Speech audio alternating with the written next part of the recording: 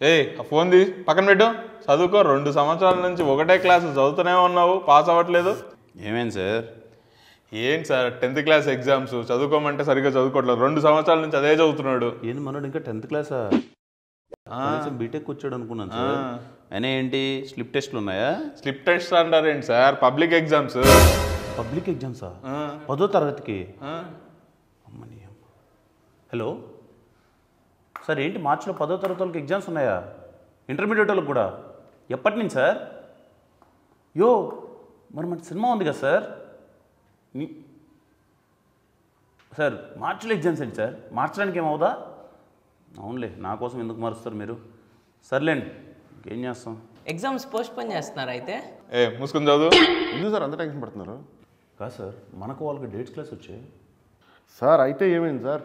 Degree వాళ్ళు లేరా, BTech వాళ్ళు లేరా, మెడికల్ స్టూడెంట్స్ లేరా, సాఫ్ట్వేర్ ఎంప్లాయీస్ లేరా, మాస్ లేరా, క్లాస్ లేరా, ఫ్యామిలీ ఆర్డర్స్ లేరా? 20 నుంచి 60 ఇయర్స్ వరకు అందరూ ఉన్నారు కదా సార్. అంటే మీ వద్దా సినిమాకి? మరి వాళ్ళు అన్నది కూడా కరెక్టే కదా సార్, వాళ్ళు కూడా సినిమా చూడాలి కదా. మరి ఏం చేద్దాం అనుకున్నారు సార్?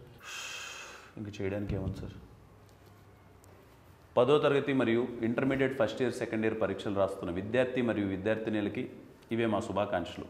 మీరందరూ బాగా ఎగ్జామ్స్ రాసి అందరూ ఫస్ట్ క్లాస్లో పాస్ అవ్వాలని మేము అందరం కోరుకుంటున్నాం. అలాగే ఎగ్జామ్స్ అయిపోయిన తర్వాత ప్యాడ్ పట్టుకొని డైరెక్ట్గా పరిగెత్తుకుంటూ దిల్రూబా సినిమాకి వెళ్ళండి.